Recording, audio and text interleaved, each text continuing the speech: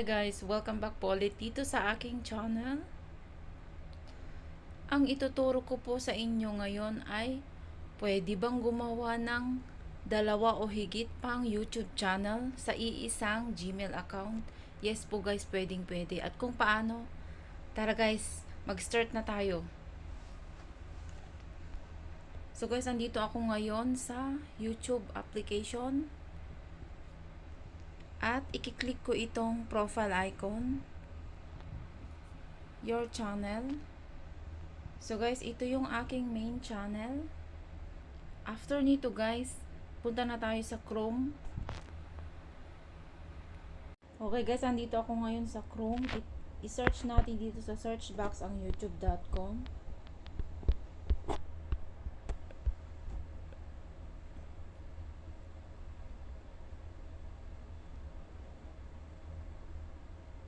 I-click ko ang tatlong guhit dito sa taas. I-check natin kung naka-desktop site.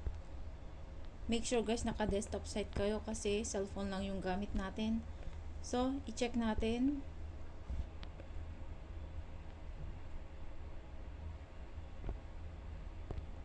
At itong profile icon. Yung settings, ayan, i-click nyo. Dito sa baba ng settings, makikita nyo yung account. Ayan. Scroll down nyo lang.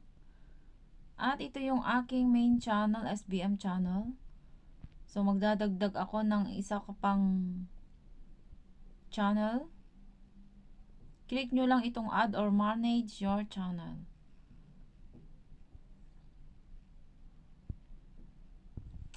At itong create a new channel.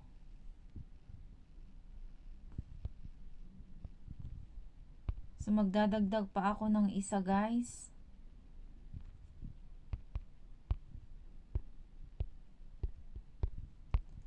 SBM channel 3. Ayan. Pag okay na siya guys, i-click nyo yung create.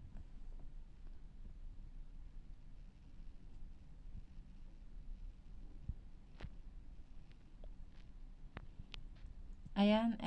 So, punta tayo dito sa aking channel guys. I-check natin.